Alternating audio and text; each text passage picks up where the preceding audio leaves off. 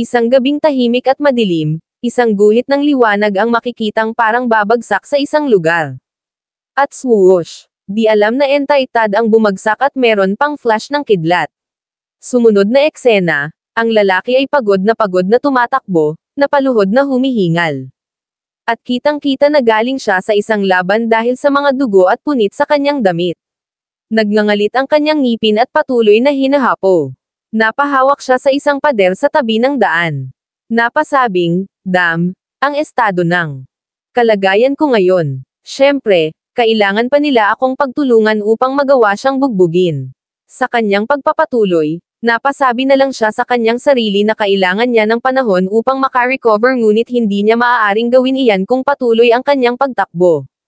At dahil doon ay maaari pa siyang mahuli. Kailangan niyang magtago ng mabuti at walang bakas. Sa kanyang paghinto, isang pusa ang nakita niya at biglang isang ideya ang pumasok sa kanyang isip. Tumingin ang pusa sa kanya na prang masungit at nababagot. Biglang, isang liwanag ang sumabog sa lugar niya at unti-unti ding nawala. Kung ating iisipin, marahil ang parang bulalakaw na bumagsak mula sa kalangitan ay ang lalaki, at may ginawa siya sa pusa na siyang nagpakita ng liwanag. Sumunod na eksena, habang nasa isang pet store at nagtitingin ng mga item ang ating bida, wow, manghang-mangha sa dami ng nakikitang maaari niyang pagpilian ang ating bida. Masyado siyang naa-amaze, malamang ay dahil mahilig siya sa mga hayop, particular na sa pusa. Nakita niya ang isang cat snack na nakasale. Meron pang masyadong mahal at nakita niya rin ang mga dating walang stock. Maging mga bagong item ay meron din. Naisip niya kung magugustuhan ba ito ng mga pusa o kaya naman ay hindi dahil sa mga bago ito sa kanilang panlasa. Meron din siyang nakitang mga laruan para sa alaga at pinag-iisipan niya kung bibilhin din. Makikitang parang nagpapanik na siya sa dami ng gusto niyang bilhin ngunit sa huli at naisipan niyang bilhin na lang ang lahat ng gusto niya. At syempre dahil sa kita, isang owner ang tuwang-tuwa sa isang gilid. Naiinis na lang siya sa kanyang sarili dahil ang papunta niya sa store ay upang bumili ng para sa kanyang ngunit sa huli ay para parent sa pusa ang kanyang mga nakuha. Habang pinagmamasdan ang kanyang mga nabili, sa gilid ng kanyang mga mata ay nakita niya ang isang batang naghahabol sa kanyang laruan bola. Nakatingin ang ating bida at napansin din ng ina ng bata ang kanyang pagtakbo upang habulin ang laruan habang isang sasakyang ang humaharurot na paparating. Nabigla ang ating bida at nagulat nang makita na sasalpukan na ng kotse ang bata.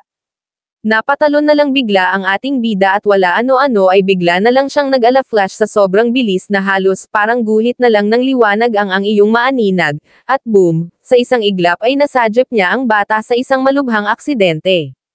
Makikitang napahinto ang sasakyan at sa kabilang banda naman ay ang ating bida yakap ang batang kanyang sinagip. Makikita mo ang gulat ng bata sa mga pangyayari. Kitang-kita din ang pag-aalala ng ating bida, may ilang nagdaraan ang nag-uusap tungkol sa naganap. Bakit nga naman daw may isang batang muntik ng masagasaan ngunit sa isang iglap ay napigilan ang lahat? Kailangan nang umalis ang ating bida upang makaiwas sa mga usap-usapan habang nagpapapalam sa batang kanyang nailigtas, at sa kanyang isip ay nagpapasalamat siyang nakuha niya ang kapangyarihan niya upang mailigtas ang bata. Ginamit niya ang kanyang power upang hindi ito mapahamak.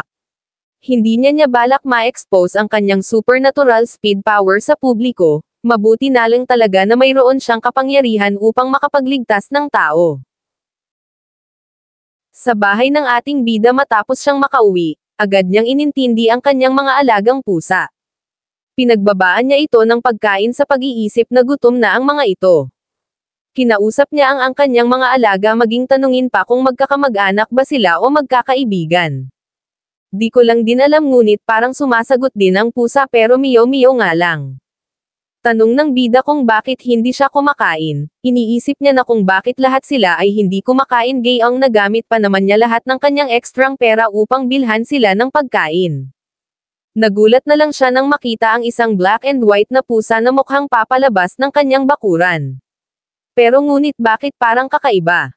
Parang pinapasunod siya ng mga ito, di na siya ng dalawang isip at sinundan niya rin ang mga ito. Hanggang dumating sila sa isang bangkita at muling lumiko sa isang sulok ang isang pusa.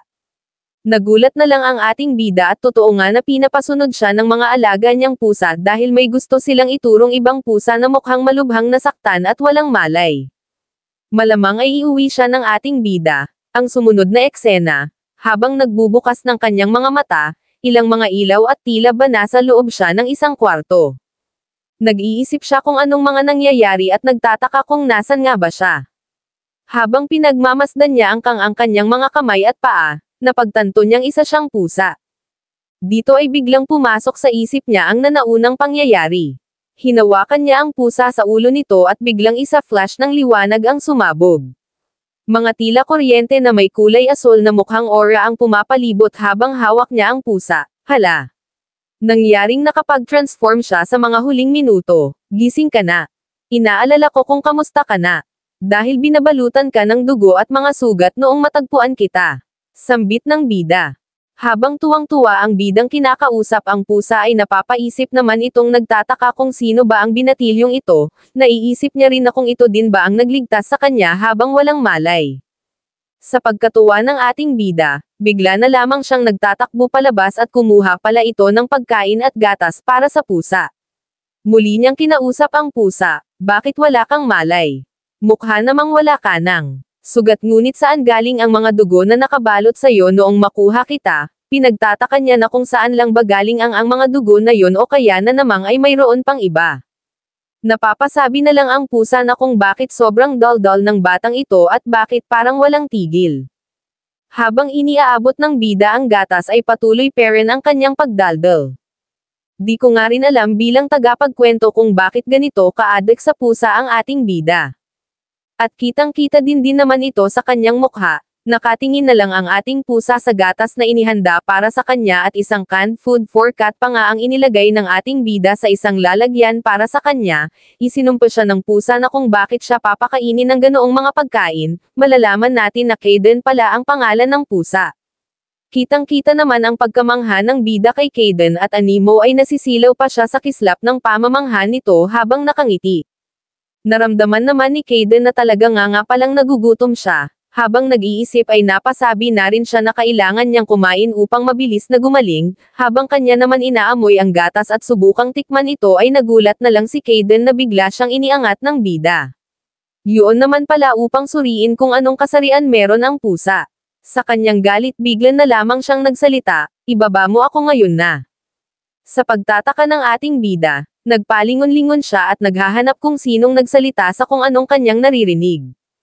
Galit na si Kaden at nagsalitang muli na bubutasan niya ang ulo nito kung hindi pa rin niya ito ibaba. Sobrang gulat at takot ang naramdaman ng ating bida sa pagkakaalam na nagsasalita ang pusa. Habang sinasaway siya ni Kaden at nagwika pa ang bida na totoo palang ang pusa ang nagsalita. Sobrang nagalit pa rin si Kaden dahil sa likas na kadadalan ng ating bida, si Kaden ay biglang tumayo at lumakad sa harapan ng ating bida upang tanungin ng pangalan. Sumagot ang ating bida ngunit muling inulit ni Kaden ang kanyang tanong na kung anong pangalan nito, sa sobrang inis ay pinagsabihan pa niya ito na ayaw niyang nag-uulit ng tanong. Mapag-aalamang si Jiwo pala ang ating bida. Inutusan niya si Jiwo na magdala ng isang upuan at dahil hindi pa agad ito sumunod ay pag-alit niya itong pinagsabihan. Napabulala si Jiwo upang kumuha ng isang upuan. Matapos noon ay umakyat na si Kaden sa upuan na dala ni Jiwo. Sa kanyang pag-akyat ay hirap itong ating pusa at nagtataka na sa pag-akyat lang ng isang upuan ay hirap pa siya. Well, alam naman natin ang dahilan kung bakit kaya ipagpatuloy na lang natin ang kwento. Habang nakatitig sila sa isa't isa ay kitang-kita naman ang pagka-amaze ni Jiwo sa pusa. Bigla na lang nagsalita ang pusa at tinatakot pa si Jiwo na huwag ipagsasabi ang kanyang mga natuklasan kundi ay mamamatay siya. Wala na lang nagawa ang ating bida kundi sumang-ayon dito, o sa isang banda ay napatingin naman si Kaden sa isang salamin na malapit at nagtataka kung sinong matabang pusa ang kanyang nakikita. Pinagmamasdan pa niya ito at kinukutsa pa, ngunit sa gulat niya, nalaman niyang siya pala ang matabang pusa na kanyang kinukutsa nina pa, ako, ang dakilang si Kaden.